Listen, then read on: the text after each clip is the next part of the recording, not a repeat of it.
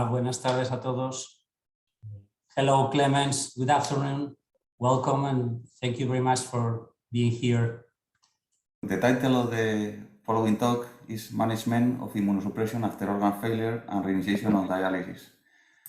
In recent years, the study of what happens after renal graft loss has regained interest. The absence of consensus on different aspects of the management of patients who are losing the graft makes the following talk of maximum interest for the audience. The speaker is Dr. Klemens Budde. He is the head of kidney transplantation at the Department of Nephrology at Charité Universität Medicine in Berlin. Dr. Budde completed a postdoctoral fellowship in nephrology at Yale University. He holds a chair of pharmacodynamic immunosuppression renal transplantation and has received different prizes of Association of Nephrology. With significant research activity, his main interests are genetic kidney diseases such as tuberous sclerosis, artificial intelligence, and fundamentally the field of kidney transplantation. Most of all, he has researched on immunosuppressive drugs, transplant immunology, and antibody-mediated rejection. In addition, the kindness of Dr. Budde has allowed a nephrologist from our hospital to stay a year at his center, joining the center's research tasks. Good afternoon, Dr. Budde. Hello, thank you very much for this invitation, and happy to talk to you in Spain. And so today I'm going to talk about a topic which is kind of neglected, and we don't like to talk about it in transplantology because what happens after graft loss is kind of a dark side of transplantation. And then we have to decide on immunosuppression, and there's not a lot of data. So I will go through this and will show you our point of view and the results of a recent KDIGO conference. So here are my disclosures. This is kind of a first slide, and it shows that patients with transplantation have a much better graft survival than patients who return to dialysis. And so this is really kind of dramatic. This is not only due to infections. Of course, there's more infections, there's a higher death rate, but also surprisingly, there's a much higher cardiovascular death rate in those patients. So why is this? And of course, you immediately think, okay, this is maybe immunosuppression. And Wilhelm Weimar and the group in Rotterdam have done a small single center study many years ago. And they looked at 37 patients with graft failure, and they had in the group with low dose immunosuppression, which at this time consisted of prednisone and azathioprine, and patient in a group without immunosuppression.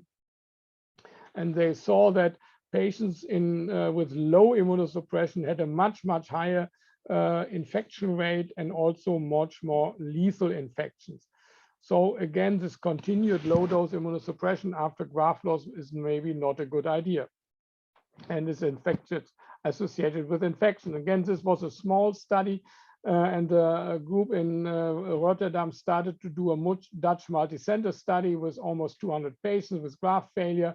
Again, group A, low-dose immunosuppression, group B, without immunosuppression, and basically same results.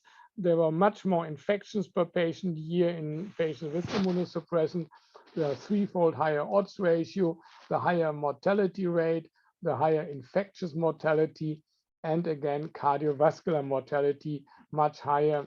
So obviously, continued low dose immunosuppression is associated with mortality and inferior outcomes.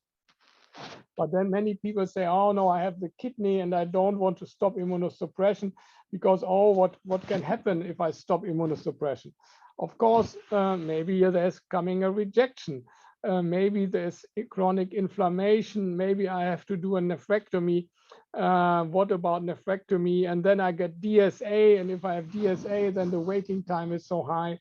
And some doctors say, I'll keep immunosuppression because of residual diuresis. So then you have better dialysis.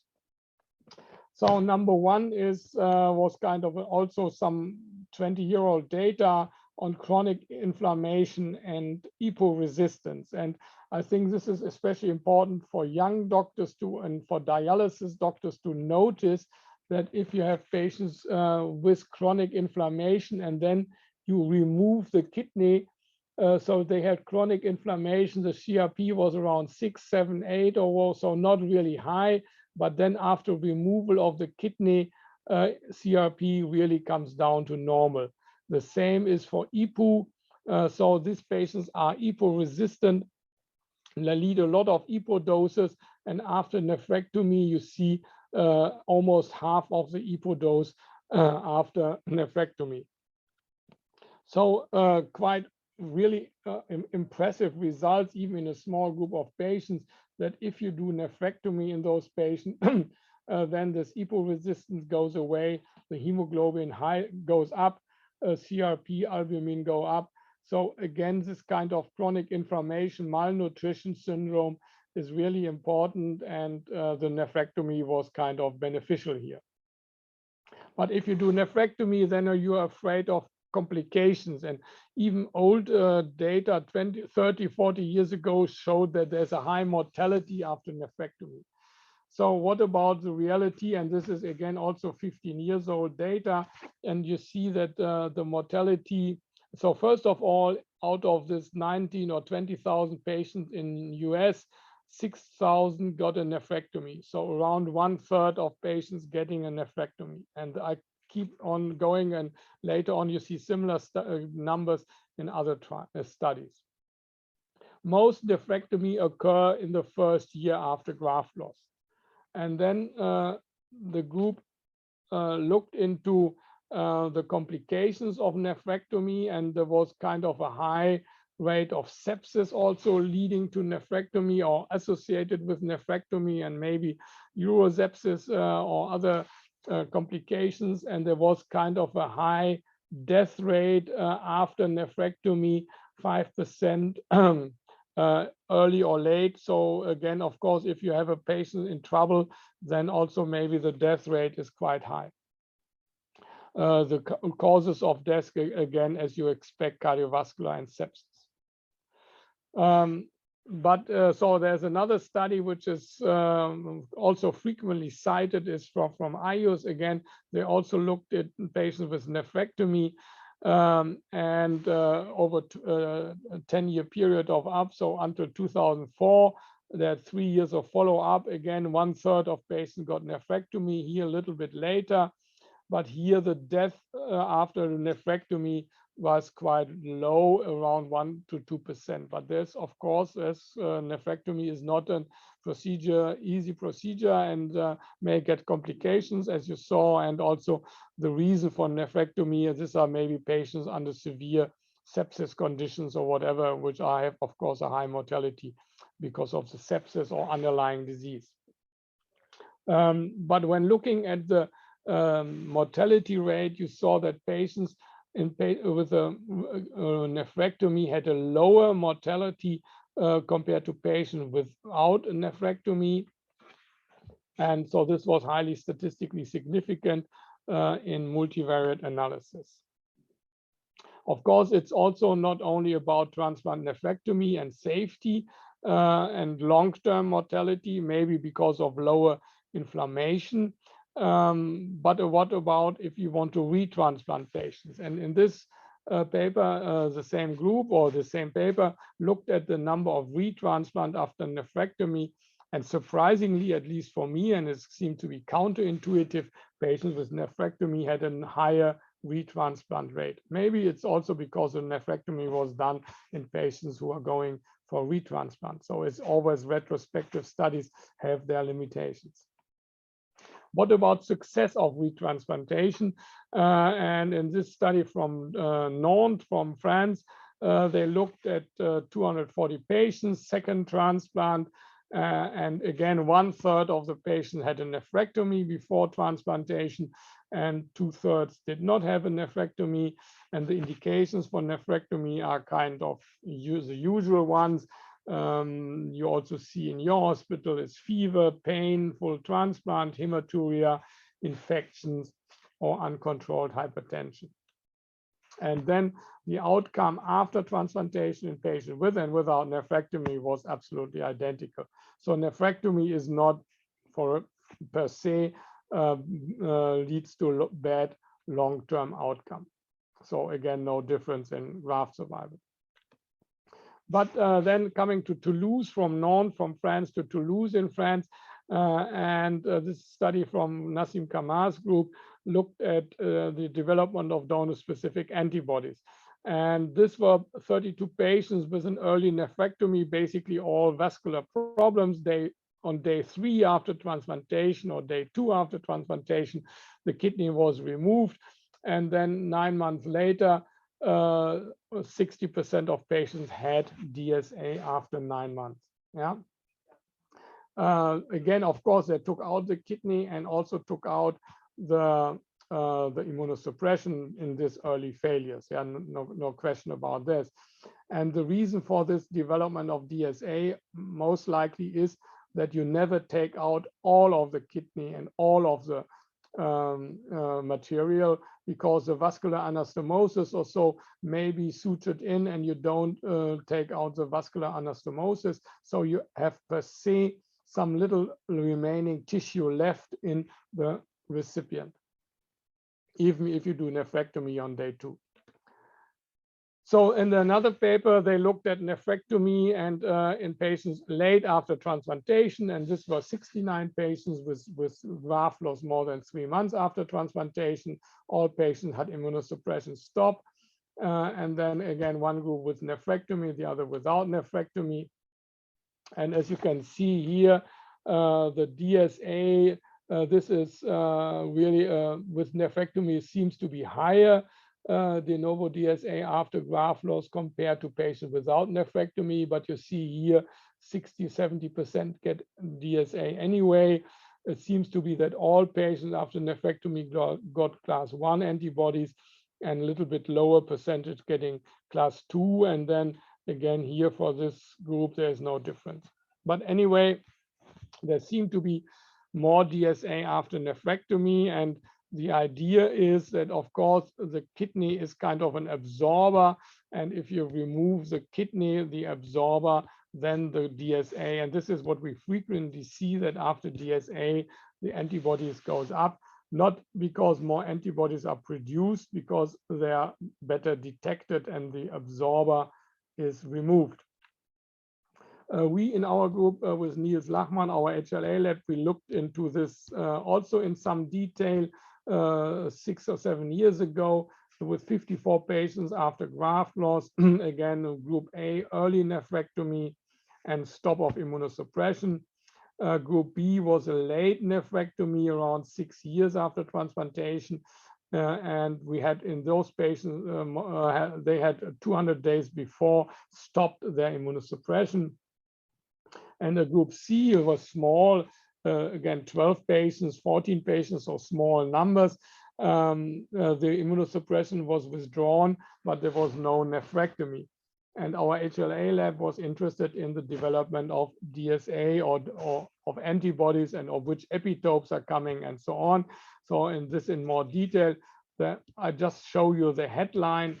And the headline is, if you do nephrectomy and class 2, or class 1 after nephrectomy and withdrawal of immunosuppression, as we saw previously, you have 70, 80, 90% of patients with PRA, or the virtual PRA goes up compared to before.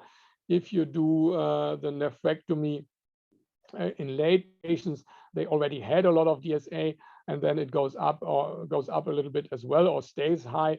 And if you stop immunosuppression, again, for class 1, maybe less, but also for class 2, if you stop immunosuppression, it seems to go up. Again, maybe suggesting the idea of the absorber. But anyway, so after kidney graft failure, PRA and donor-specific antibodies go up. At the end of the day, most patients will develop donor-specific antibodies after graft loss. And as Oriol just pointed out, if they do not have donor-specific antibodies, they may have memory B cells or memory T cells, which is also maybe not a good idea for a retransplant. Again, if you have DSA, and this is an old paper from Maya Kriesche, then you have longer waiting times, and the longer waiting time, then you have inferior patient survival here, 6 months, and then 5 years, 4 years, then you have loss, inferior outcomes, also inferior graft survival. So waiting time is a potential modifiable factor. So basically, maybe we should avoid the DSA because then we had longer waiting times. Malte Ziemann here from Lübeck, from Germany, looked into this in greater detail in Eurotransplant cohort. Again, Eurotransplant is a large organization. There are 3,000 kidneys per year. And here in this multi-center study, he looked the waiting time according to the PRA. So less than 5% PRA, you have waiting time in the standard patients between 5 to 6 or 7 years. In the Old for Old program, the Eurotransplant Senior program, you have shorter waiting time.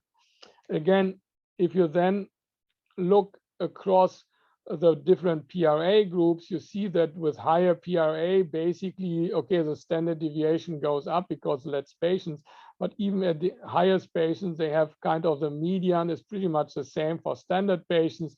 ESP patients have a shorter waiting time, and the acceptable mismatch patients, which are in the special program for acceptable mismatch, basically have the same waiting time. So waiting time is not dependent or not as much dependent on the PRA as you might think, because waiting time depends much more on the allocation system, so Eurotransplant Senior program or standard program. It depends on blood groups, and it depends on the individual luck or bad luck of the patient. So if you're lucky and you get a kidney with a good match, then you get a kidney irrespective of the PRA. Again, always think that if you have in Eurotransplant, we have 3,000 kidney transplant donors per year, and you have 99% PRA. So then you have 1% is okay. Yeah. In 3,000 kidneys, 1% is 30 kidneys. So in theory, if you have 99% PRA, you still would get 30 kidneys per year in Eurotransplant because 1% is 30 kidneys per year. So it's always a matter that you get one of those 30 kidneys in those patients with 99% PRA, but it's not a matter of that it's kind of completely impossible to get a kidney. In Spain, I'm not sure, but I think you have 2,000 of so kidneys per year or so. Again, 1% is 20 kidneys, still enough for one patient. In theory, he looked further into this detail, did some multivariate modeling and sophisticated statistic, and looked at waiting time and virtual PRA. And yes, if you get the virtual PRA from 0 to 100, then you would get a little bit more than 2 years of waiting time for standard patients. Again, if you get a PRA from 60 to 80, this is not much waiting time, you get longer. So at least for Eurotransplant and standard patients, again, yes, you have a little bit more longer waiting time, but it's not really critical. And again, don't forget maybe a little bit longer waiting time and a better match compared to a shorter waiting time, poor match and graft loss. And then you return on the revolving door and you're back on the waiting list. So at the end of the day, so this is the literature. So we said, okay, well, we have to look in our center, and Eva Schritzmeier looked into this, what happens in after graft loss in our patients in Berlin.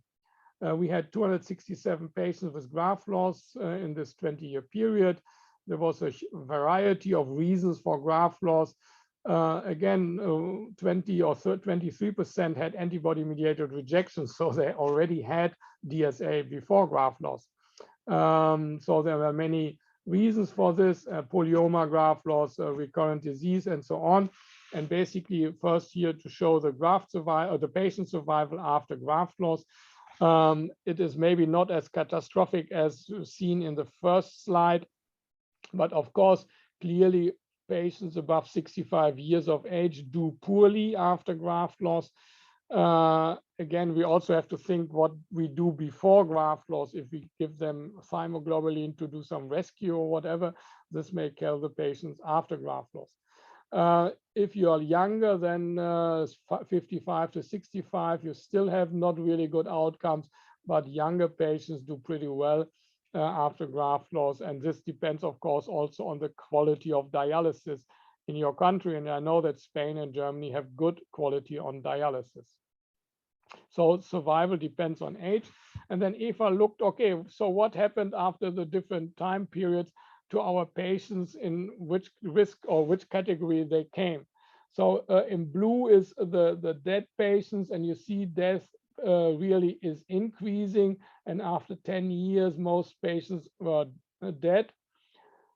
The transplanted patients you see in red is only a small proportion. So only a small proportion got a new transplant in Germany because we have this long waiting times. Again, this is the patients on the wait list. And of course, many patients in Germany die on the wait list, and only a small number of patients gets a transplant. So it is really crucial. And in Spain, you have much better conditions and much better situation that you can put those patients back on the waiting list to a quick of sooner retransplant. And these are in yellow, the numbers on dialysis. And basically, okay, those retransplant on dialysis as well. But again, this are really patients getting from dialysis shifted to death. And this is the reality. So high death rate, and in Germany, only a much too low number of retransplants. If I looked at relisting, and again, of course, if you get relisted, then you have better chances of survival. If you are not going to relist, then it's pretty poor outcome. The listed patients, of course, they are a selected group of patients, and they have much better outcomes. And the transplanted patients is again favorable, showing that transplantation is really a life-saving procedure also for patients after they lose their kidney. The relisted patients and the transplanted patient was highly dependent on age. So 65-year-old patients really rarely made it onto the waiting list, and really even lesser frequency of waiting time, and then made it to a second transplant. So basically, our message, at least in Germany, is if you're getting a 65-year-old, having a 65-year-old patient, he just has one chance for a transplant. Afterwards, it's not possible, or it's really an exception that you get a second chance if you're above 65, because assuming 3 years of graft survival and then some waiting time, and then you are already 70 or whatever, and then basically you're not getting a retransplant because your medical condition is not in the situation anymore. Okay, transplanted patients have the best outcome. This is not surprising, and only a few elderly patients are suitable for relisting, and even less get a transplant. Nephrectomy is a big issue. What about nephrectomy in Berlin? In Berlin, again, similar to the previous numbers, 1/3 of the patients gets a nephrectomy. And the reasons for nephrectomy: rejection, graft intolerance syndrome, vascular problems, infections, malignancies, some patients, and some other reasons.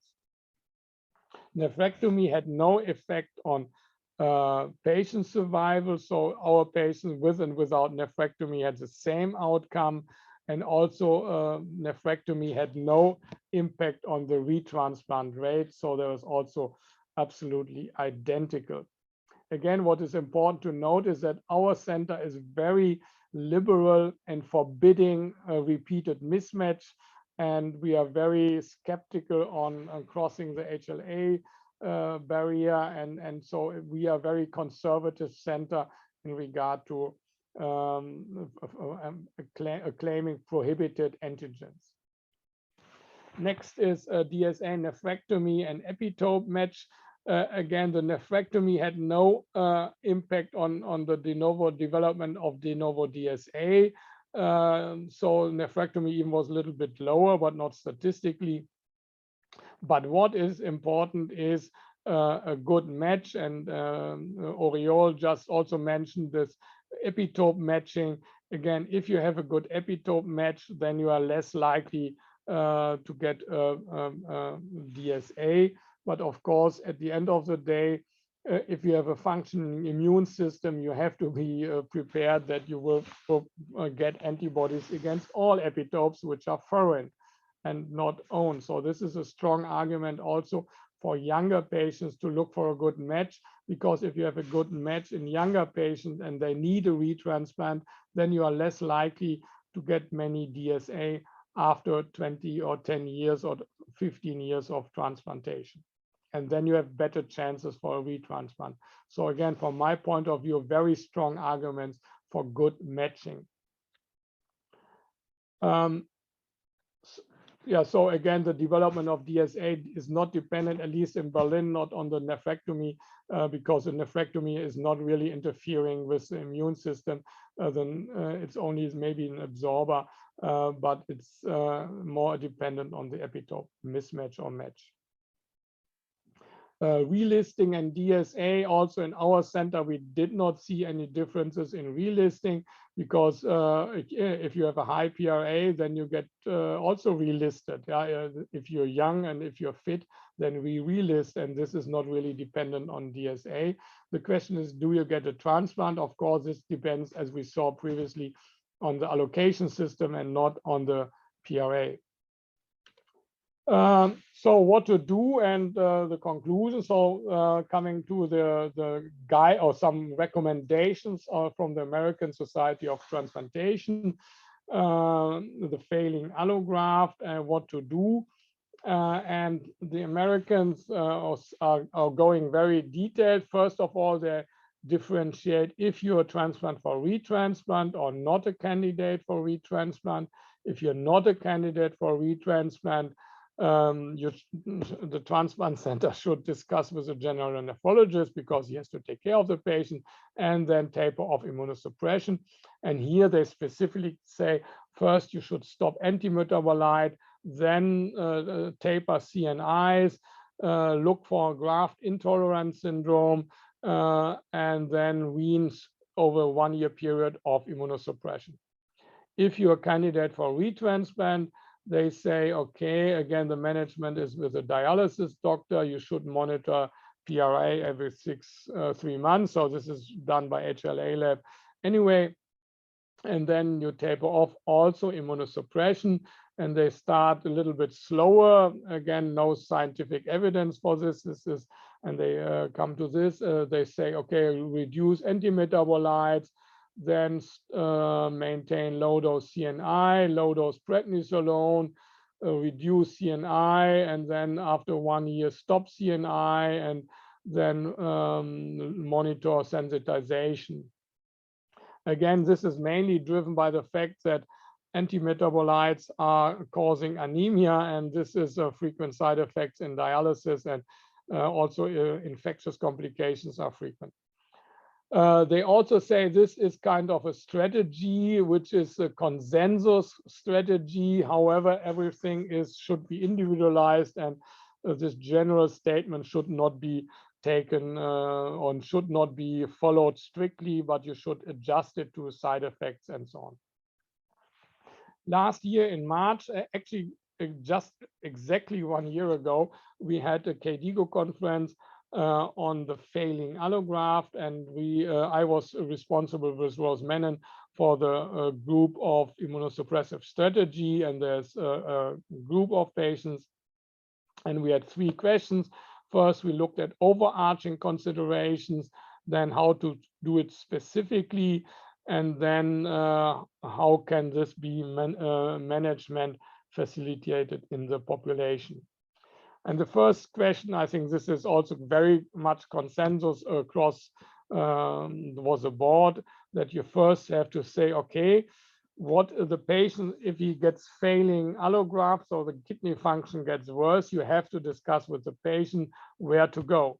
You want to go for dialysis. The best is you have a preemptive living donor, or you do not want to go back to dialysis, and you want to die, or basically you're going not back on dialysis. And many patients do not want to go back on dialysis, and this kind of conservative care is also should be discussed with the patient. Then again, this intended renal replacement. Then we had 5 aspects I want to go through. First, again, this intended renal replacement therapy. Again, ideal is preemptive transplantation, and in those patients we would stay on immunosuppression because we want to avoid DSA. Then patients get on dialysis and have a chance for waitlisting. Again, here we have to think a little bit more. We have to seek a balance between dialysis safety and risk of DSA, and this depends on the country, on the risk for a retransplant, and the time when this retransplant is going to happen. In Germany, with 5, 6, or 10 years after retransplant, then there is no discussion about this, that we do not get a timely transplant. In Spain, you may think in different ways. Then patients getting on dialysis, not for retransplant, then again, we want to basically, the risk is not relevant for sensitization, and basically we want to minimize immunosuppression.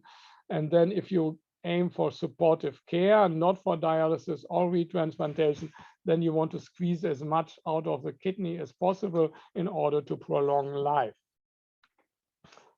The next overarching consideration was what was the cause of graft failure? Was it a recurrent glomerulonephritis or lupus or Wegener's disease or HUS? Then you have to adopt your treatment strategy according to Wegener's disease, yeah, because if you have recurrent IgA or Wegener's disease, then you may want to continue with rituximab or with steroids or whatever. If it was BK virus nephropathy, it's an obvious argument to stop immunosuppression. If it's IFTA, then okay, you don't know. But if there's concurrent cancer, sepsis, vascular disease, then it's kind of, we are feeling uncomfortable to continue immunosuppression.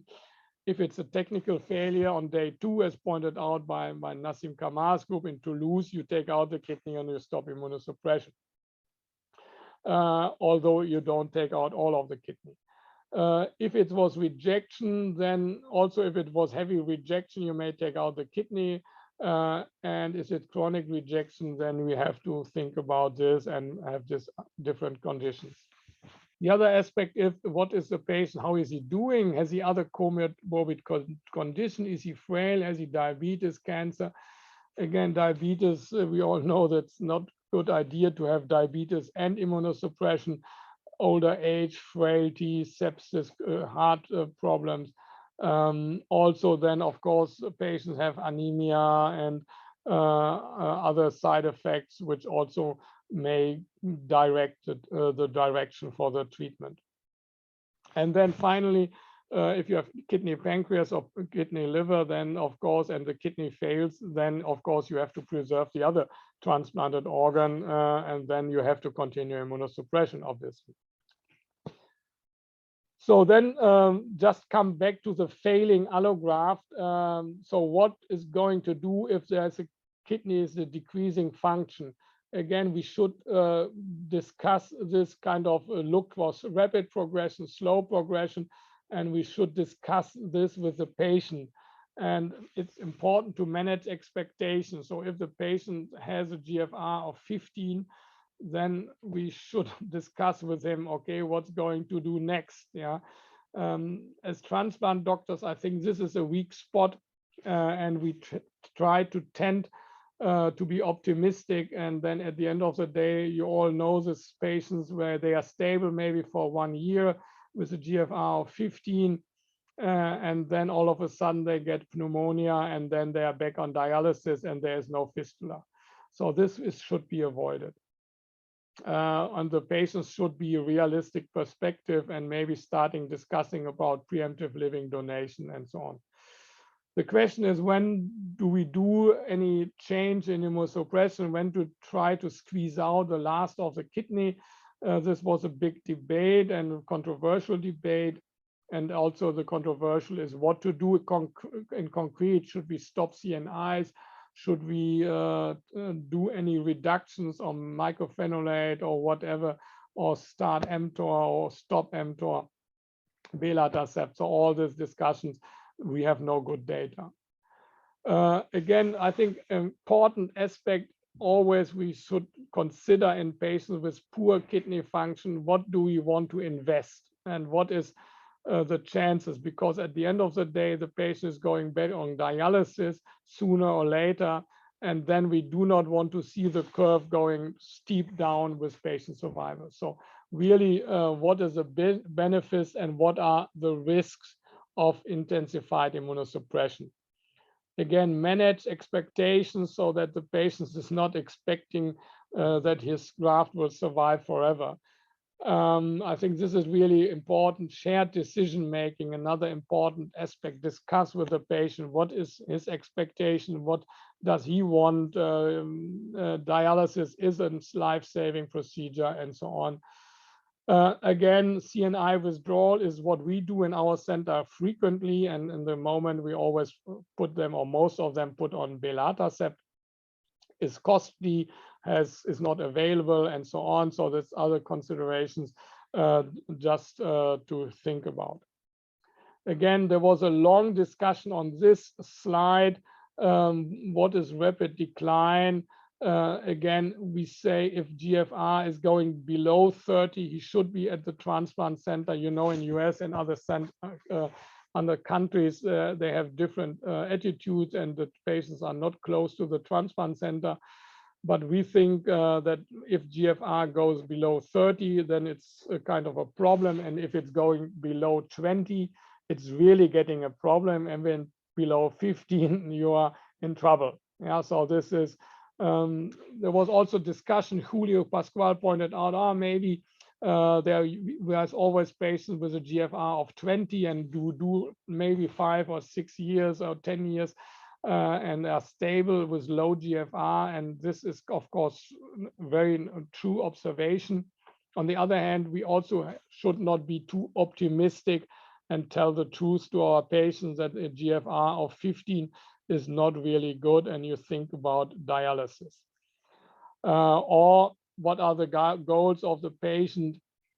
And you should start communication also with the dialysis doctor so that everyone is prepared.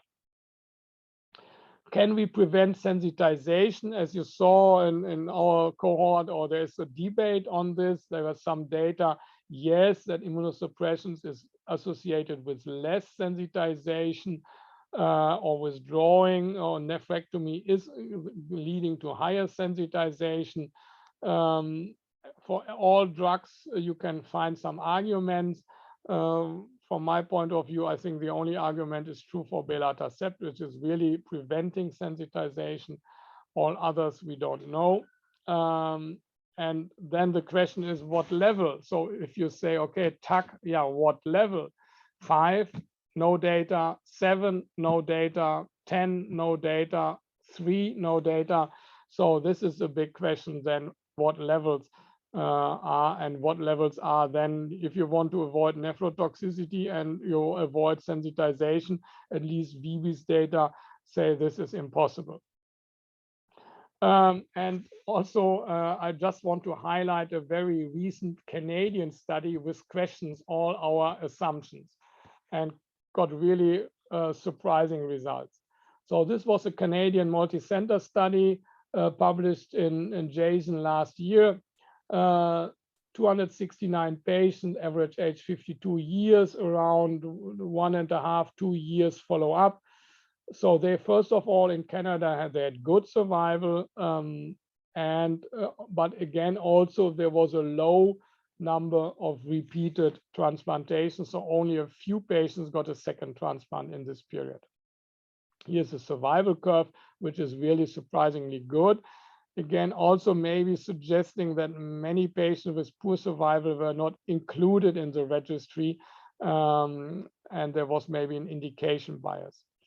Again, then they also looked carefully what immunosuppression was applied, and just as a complicated slide here, This green bar is prednisolone, and you see that this is 75%. So prednisolone goes down to 60% over the 3-year period. Cyclosporin tacrolimus is this red curve. It goes down to 30% from 70% to 30%. So it's gradually tapered. And I think this reflects reality in many centers, and this is how it is done. And then mycophenolate in green, so much right from the beginning, many patients stop mycophenolate, also maybe suggested by the American guidelines, also by anemia, side effects, and then mycophenolate basically is tapered off in most patients. So this is basically what they did. And then they looked at outcome. And then contrary to all previous wisdom, they found that patients who continued immunosuppression had a lower risk of death. Yeah, completely contrary to all other papers before.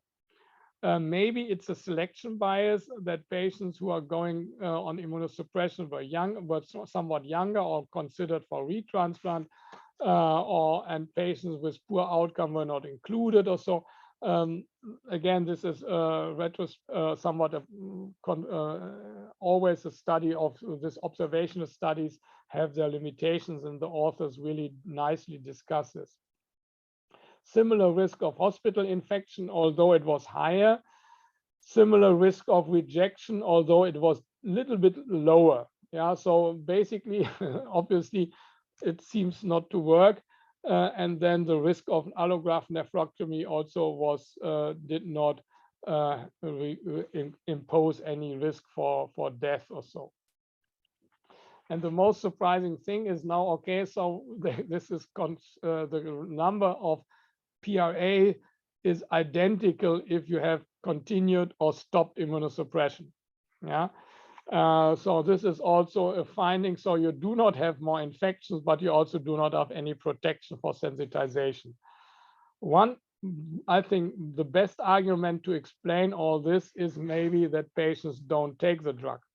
And again, remember that 20% lose the kidney because they are non-adherent. And if you lose your kidney, why you should take your tacrolimus regularly, why you should take MMF. Yeah. So you have to be I think there's a lot of non-adherence. And if you're non-adherent, then the risk of death is maybe somewhat similar. And also the sensitization risk, of course, is similar. Again, the benefits and risk we discussed already. Again, this rejection, sensitization, and then the infections, cardiovascular, malignancy, metabolic, non-adherence. Again, what to do specific, and in contrast to the American guidelines who said we should stop MPA first and then CNIs and then steroids, we said, okay, there's no data for nothing, so we don't know. Yeah, so we do not know what is best except for looking at the patients and the side effects, and then stops accordingly. What criteria can guide risk stratification, so that we discussed also maybe we can have some algorithm or some ideas that elderly patients or younger patients or whatever. And basically, we did not find any convincing strategy. The guidelines suggest a little bit different ones. Again, except for that, if you want to another kidney, maybe you should consider, but again, as shown in the Canadian study, this has no benefit. There is one paper from Korea, which is really not good, but they suggest that steroids help the diuresis. I'm skeptical if this is true. Then again, of course, if you have viremia, we want to reduce it, but there's no data. And then again, side effects and complication. The timing and order, again, also the American guidelines specifically say after 3 months, 6 months, 12 months, we say no data, we don't know. This is, I think, the situation is unclear, and it's also different in all different countries on the waiting times and how long you use steroids, what is the disease, and so on. Again, the adherence we think is low, and you should be aware that, again, patients frequently lose the kidney because of non-adherence, frequently have DSA already present due to non-adherence. So why to take drugs if you're back on dialysis to prevent the kidney? Yeah. Then the question is monitoring strategy. Okay, there's no data on this. Again, you would like to, again, how frequent you should measure TAC levels, how frequent you should do blood counts or whatever. So this is all really unknown, except that patients have, again, worse anemia, maybe because of inflammation, maybe because of mycophenolate. And the issue is, okay, better stop mycophenolate and you have better anemia, and better take out the kidney and you have better anemia. At least this is my suggestion. Nephrectomy is, of course, has complications, is not a nice thing, but has good, so far literature is rather positive about it because it eliminates inflammation, even this higher retransplant rate, maybe it's a bias, but you have maybe better survival. Again, you may develop antibodies, and of course, it's a surgical procedure. But across the world and across the ages, always 1/3 of patients needs nephrectomy. That's it. And I think you cannot avoid it. There is some Spanish guidelines considering embolization. I can tell you outside Spain, this is kind of rarely been done. But maybe this is an alternative, but maybe we need also data from Spain to show that it's a great procedure. So what about the failed allograft? Again, you should assess psychosocial issues. You should discuss with a general nephrologist, and the basic crossroad is yes for retransplant or no, and then just you have to take care of CKD management. Again, it's unclear, but I think the general nephrologist should get some advice from the transplant center what to do. Again, then the question also, yeah, we continue because of residual function, and then the patient is here having pneumonia in the hospital, and then ask, okay, what about your renal function? You still have cyclosporin or mycophenolate on board. Yeah, and then the patient, yeah, the patient say, oh, this is a lot of renal function, but then you do 24-hour urine and it's only this. Yeah, and I think this is also, we forget to ask that we tend to forget and overly optimistic also the patient that this little bit renal function really helps. Again, how to monitor this, and so far we ideally would should some tools for individualized treatment approaches. In summary, at least we had some consensus. We should maintain it in patients with a living donor and short waiting times. Again, what is a short waiting time? With other solid organ, this is a strong, clearly statement. We should then use it at a certain level to prevent rejection. But we don't know what level it is. Patients who are not considered for relisting should be stopped in a rather standardized fashion over 3, 6, or 9 months or so. In patients with severe side effects, it should be stopped much faster. If there's no residual function, that doesn't make sense to continue immunosuppression. Of course, you always have to take care of patients who have adrenal insufficiency and have 20 years of steroids. There you have to continue steroids. And if you have I tell my patients, so 2/3 will not need nephrectomy, 1/3 will need nephrectomy.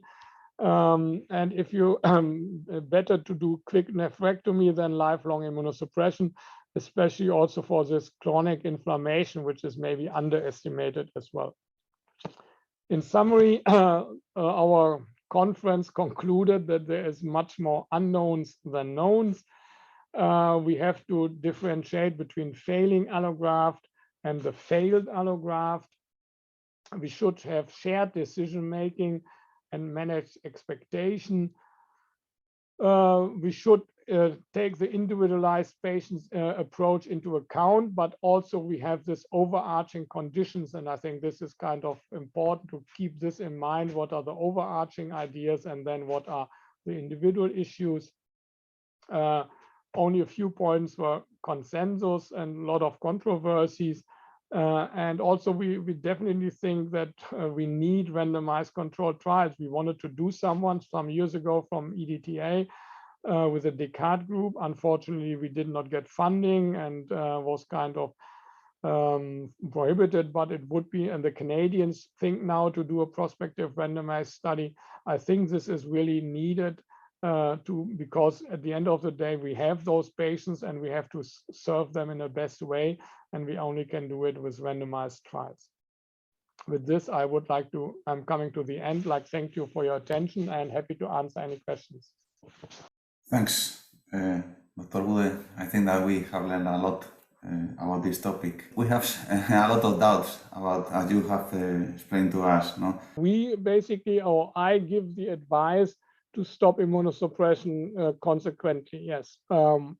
Except there's a living donor around the corner. But again, also if you have 2 years of waiting, this is also you may get pneumonia or side effects or whatever. And we don't know how much immunosuppression is needed and patients will not take it anyway.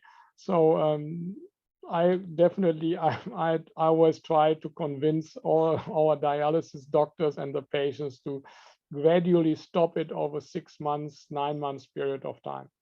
It depends a little bit if you already stopped. So we, in the failing allograft, we try to squeeze out a little bit out of the kidney life to convert them to a CNI-free regimen.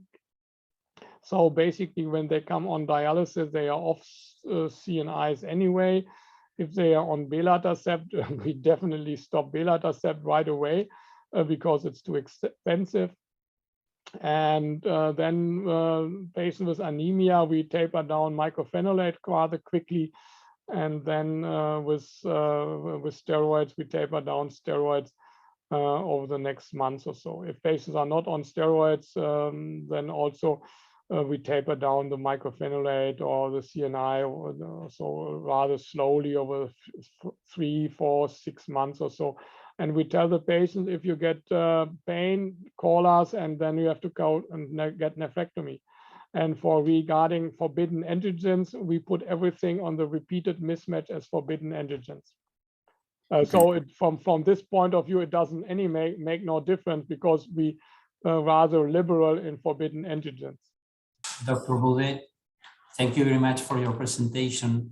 I would like to ask you, with respect to immune suppression, in your opinion, which is the last immune suppressive drug we should remove in order to prevent sensitization? Because you have talked about the importance of maintaining steroids or calcineurin inhibitors. Which would you suspend or maintain until the end?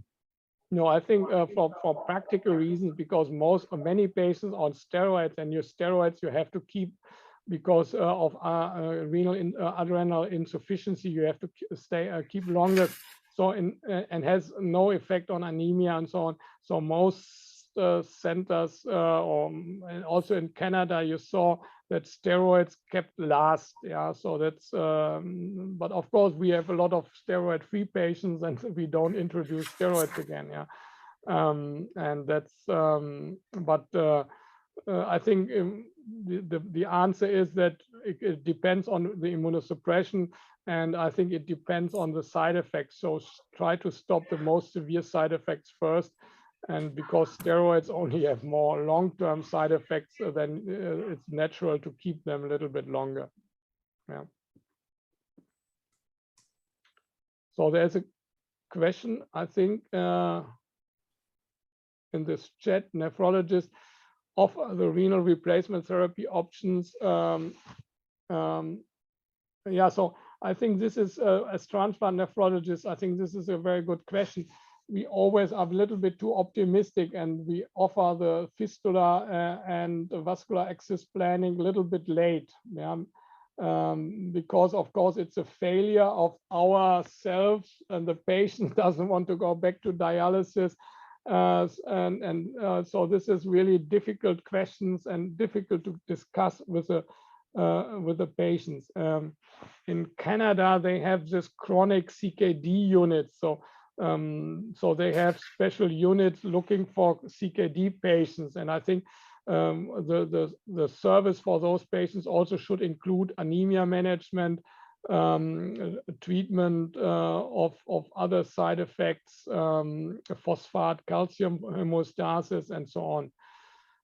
So this is, and then also the psychosocial issues.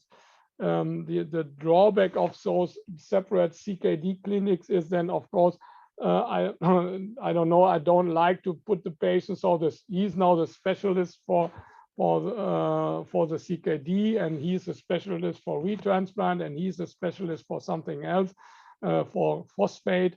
So this is, I think it's also maybe not ideal or so. And at the end of the day, we do not have, at the end of the day, I'm the specialist for everything. Yeah.